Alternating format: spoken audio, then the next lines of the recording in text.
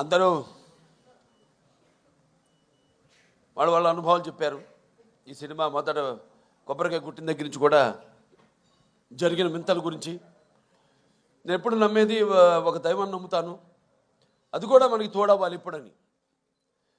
ఆ దైవం కనిపించిన దైవం అది వేరే వేరే రూపాల్లో ఉండొచ్చు. ఒక్కొక్కడు ఒక్కొక్క దేవుడిని ఆరాధిస్తారు. శివుడు కావచ్చు, వెంకటేశ్వర స్వామి కావచ్చు, విష్ణువు కావచ్చు, లేకపోతే రకరకాల వాళ్ళ ఎలువెలుపులు. అలాగే తల్లిదండ్రులు, నా తల్లిదండ్రులు వాళ్ళ యొక్క ఆశీర్వాదం, అలాగే కళాంబ తల్లి యొక్క ఆశీర్వాదం,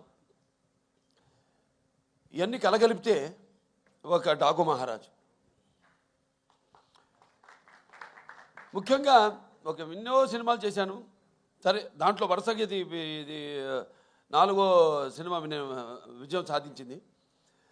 మొదటి సినిమా ఏమో ఒక పరీక్ష, అఖండ చేసేటప్పుడు అదేమో కరెక్ట్గా కోవిడ్ రావడం. ఆ కోవిడ్ టైంలో సాహసించే ధైర్యం చేసి సినిమాని విడుదల చేయడం, అఖండమైన విజయాన్ని సాధించడం అఖండ సినిమా. దాంతో అది సాధించడమే విజయం కాకుండా ఎన్నో ఇంకా ముందు తర్వాత ఎంతోమంది ధైర్యం చేసి సాహసించి వస్తారు, జనం చూస్తారు సినిమాల్ని అన్న ఒక ధైర్యంతో వాళ్ళ సినిమాలన్నీ ఆ తర్వాత తెలుగే కాకుండా అన్ని భాషల సినిమాలు కూడా వాళ్ళ సినిమాలను ధైర్యంగా విడుదల చేయడం జరిగింది. ప్రతిదీ ఒక ఛాలెంజ్. అయిపోయింది అఖండ, నెక్స్ట్ ఏమిటి అన్నప్పుడు ఒక వీరసింహారెడ్డి, అదైన తర్వాత సరే అది కూడా అయిపోయింది. అంటే ప్రతిదీ ఒక ఛాలెంజ్. అంటే పీక్స్కి వెళ్ళినప్పుడు ఎప్పుడు ఒక ఛాలెంజ్. నేను ఎప్పుడు అది ఛాలెంజ్గా తీసుకోను. ఎందుకంటే నాకు ప్రేక్షక దేవుళ్ళు వాళ్ళు ఇస్తున్న ప్రోత్సాహం అయితే లేకపోతే వాళ్ళకేం కావాలి. ఎందుకంటే మేము ఎప్పుడు ఎవ్రీడే కన్జ్యూమబుల్ కమోడిటీ, అంటే నిత్యావసర వస్తువులు. సో మనం ముందే గ్రహించాలి. ఇప్పుడు వాళ్ళు ముందే ఏం కావాలి, అది ఒక ఫుడ్ విషయంలో కావచ్చు, లేకపోతే రకరకాల ఏమేమైతే ఉన్నాయో వాటిల్లో వాళ్ళు సర్వే చేసి, సో దాని తర్వాత వాటిని మార్కెట్లోకి తీసుకురావడం, ప్రమోట్ చేయడం.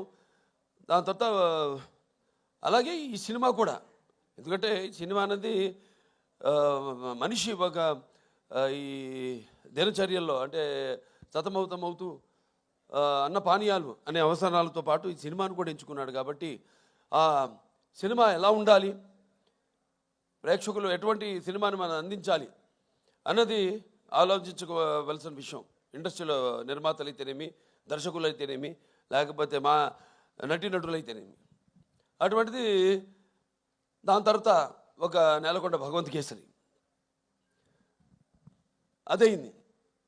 దాని తర్వాత ఏమిటి అన్నది స్టార్ట్ అయినప్పుడు ఈ డాకు మహారాజ్ సినిమా అంటే కథ నీటి గురించి.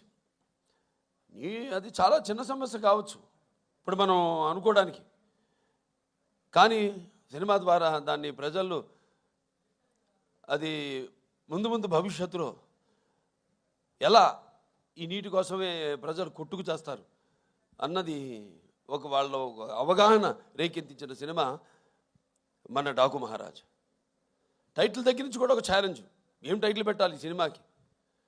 అంశం ఎంచుకున్నప్పుడు ఈ ఒక నీటి సమస్యలు ఎంచుకున్నప్పుడు ఎన్నో సామాజిక మెసేజెస్, అంటే ప్రజలకి సినిమా కేవలం వినోదం కాదు, వాళ్ళ ఒక ఆలోచన రేకెత్తించాలి అన్నది నా నాన్నగారి నుంచి కూడా నాకు వరకు అది వస్తున్న ఒక పరంపర. దాన్ని ఎలా మనం ఈ సినిమాలో దాని గురించి ఇవ్వాలి. నేను ఒక రాయలసీమ అంటే అతి తక్కువ వర్షపాతం ఉన్న ప్రాంతం, దేశంలోనే 2 అతి తక్కువ వర్షపాతం ఉన్న ప్రాంతం. ఆ జిల్లాలో హిందూపురం ఎమ్మెల్యే నేను. ఆ ప్రాంతం యొక్క నీటి సమస్య అంతా తెలుసు. నాన్నగారి ఒక మానసిక పుత్రికలు, ఈ తెలుగు గంగ అయితేనేమి, హెచ్ఎన్ఎస్ఎస్ అయితేనేమి, లేకపోతే గాలేరు నగరి అయితేనేమి, ఇవన్నీ అయిన తర్వాత ఎలా మళ్ళీ మనం పూర్తి చేసాం. తెలుగుదేశం అధికారంలో ఉన్నప్పుడు ఎలా, నేను ఎమ్మెల్యేగా ఉన్నప్పుడు అంతా రాసి పెట్టింది. నేను ఇప్పుడు ఎలాగైతే అన్నారు ఫస్ట్ టైం యమన్ బుక్ చేయడానికి ఆవిడ షిరిడీలో ఉంది, ఎవరు మన శ్రద్ధా శ్రీనాథ్, అలాగే ఈవిడేమో తిరుపతిలో ఉంది ప్రజ్ఞా జైస్వాల్. అలాగే ఈ నీటి సమస్య కరెక్ట్గా నేను ఎమ్మెల్యే అయినప్పుడే అది పూర్తి కావడం, నేను నా హిందూపురానికి నేను నీళ్లు ఇవ్వగలగడం. సో ఇదంతా అదంతా కాకతాళీయంగా యాదృచ్ఛికంగా జరిగింది. ఇప్పుడు ఆ నీటి సమస్య గురించి సినిమా తీయాలి అని ఒక ఆలోచన వచ్చింది. దాన్ని ఎలా ప్రజెంట్ చేయాలి మనం అనుకున్నప్పుడు రాజస్థాన్ ఎక్కడైతే ఏముంది, ఇక్కడ మన తెలుగు వాళ్ళు గొప్పతనం చాటుకుంటూ అక్కడ రాజస్థాన్లో కూడా మళ్ళీ మనం వాళ్ళు దుక్కు దున్ని నీరు పోసి నారు పెట్టి అలాగే కోత కోసి ఎలా చేయగలుగుతాం, అక్కడ కూడా మన ఒక ఇంజనీర్, ఒక సామాన్య ఇంజనీర్, ఒక తెలుగువాడు వెళ్ళి ఎలా చేయగలుగుతాడు. చేసాం మనం ఇక్కడ సృష్టికి ప్రతి సృష్టి చేసాం. ఎలాగైతే మన రాయలసీమ గురించి చెప్పాను, మన ఇది అవిభక్త ఆంధ్ర రాష్ట్రానికి 6 ముఖ్యమంత్రులు ఇచ్చింది రాయలసీమ అని. సో అది పెట్టుకుని మైండ్లో సమస్య చిన్నదే కావచ్చు, కానీ రాష్ట్రాలు వాళ్ళ నీళ్ళ కోసం కొట్టుకుంటున్నాయి. సరే, ఆ నేపథ్యంలో ఆ సినిమాని తీసుకోవడం, సెలెక్ట్ చేయడం, దాంట్లో పాత్రని ఎలా దాన్ని ఒక ఇంజనీర్ డాకుగా మారడం, అలా దాంతో మొదలయ్యాక సరే మీకు